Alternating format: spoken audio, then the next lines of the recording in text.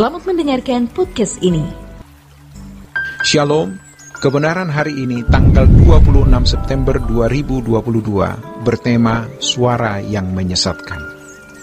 Kita akan melihat, menemui, menjumpai banyak pilihan di dalam hidup.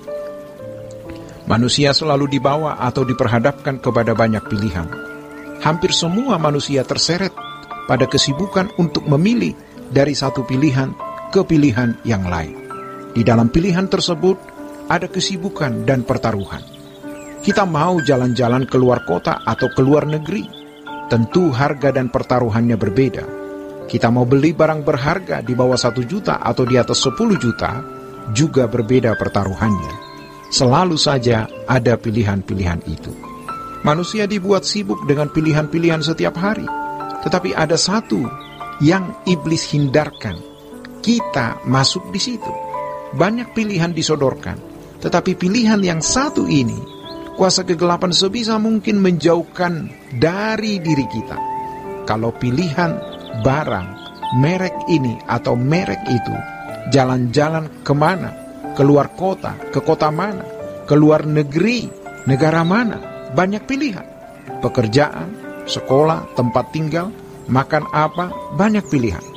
Tetapi yang satu ini dihindarkan oleh kuasa kegelapan. Dan banyak orang tidak memikirkannya, karena mereka merasa tidak perlu sungguh-sungguh untuk memikirkannya. Pilihannya adalah, apakah kita mau bersama dengan Tuhan atau tidak, masuk surga atau masuk neraka. Memang tidak ada orang yang mau masuk neraka, jelas. Kalau orang disuruh memilih surga atau neraka, orang pasti memilih surga. Kalau kita disuruh memilih bersama dengan Tuhan atau tidak bersama dengan Tuhan, pasti kita memilih bersama dengan Tuhan. Tetapi iblis membuat kita untuk tidak memilih dulu. Kita dibuat mengambang, bias, seakan-akan itu bukan pilihan. Karena tidak ada orang yang mau masuk neraka. Tidak ada orang yang mau terpisah dari Allah. Tetapi tidak menjadi pilihan. Bayangkan betapa jahat dan berbahayanya. Sehingga perhatian, fokus, pertaruhan kita tidak ditujukan untuk hal ini, tetapi ditujukan untuk banyak hal. Berapa banyak dari kita yang sudah membawa diri kepada pilihan ini? Tentu, kalau seseorang sudah mengambil keputusan memilih salah satu, maka ia harus mulai membayar harganya, mulai mempertimbangkan dan menggumuli pertaruhannya. Tetapi kalau seseorang tidak memilih, dia tidak perlu menggumuli. Banyak orang sibuk dengan pilihan-pilihan yang tidak menyangkut kekekalan, sehingga tidak mulai mengarahkan diri kepada Tuhan dan kerajaan-Nya. Coba kita renungkan, hidup kita diseret dalam kesibukan pilihan demi pilihan yang tidak menyangkut kekekalan. Cerdiknya setan bukan hanya menipu jemaat, tetapi juga menipu aktivis gereja, pelayan, bahkan pendeta. Suara yang menyesatkan kita atau banyak orang Kristen adalah suara yang mengatakan bahwa kita sudah memilih. Dalam hal ini, soal kekekalan, kita merasa sudah memilih. Bisa orang berkata, kalau saya tidak memilih Tuhan, saya tidak ke gereja. Kalau saya tidak memilih Yesus Kristus, saya tidak menjadi orang Kristen. Saya tidak ke gereja, saya tidak aktif dalam pelayanan jemaat. Saya tidak menjadi pendeta kalau saya tidak memilih Tuhan. Masalahnya adalah, bagaimana dan apa itu memilih Tuhan? Kita ke gereja belum tentu memilih Tuhan secara benar. Menjadi aktivis, menjadi pendeta, belum tentu sudah memilih Tuhan secara benar. Orang yang memilih Tuhan itu harus menjadikan Dia segalanya dalam hidup.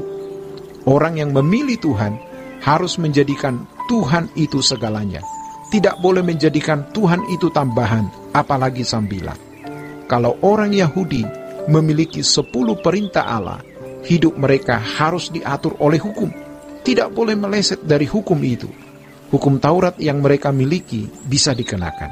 Sementara mereka menginjak bumi dan menapaki hari hidup seperti manusia lain, di mana fokusnya pemenuhan kebutuhan jasmani.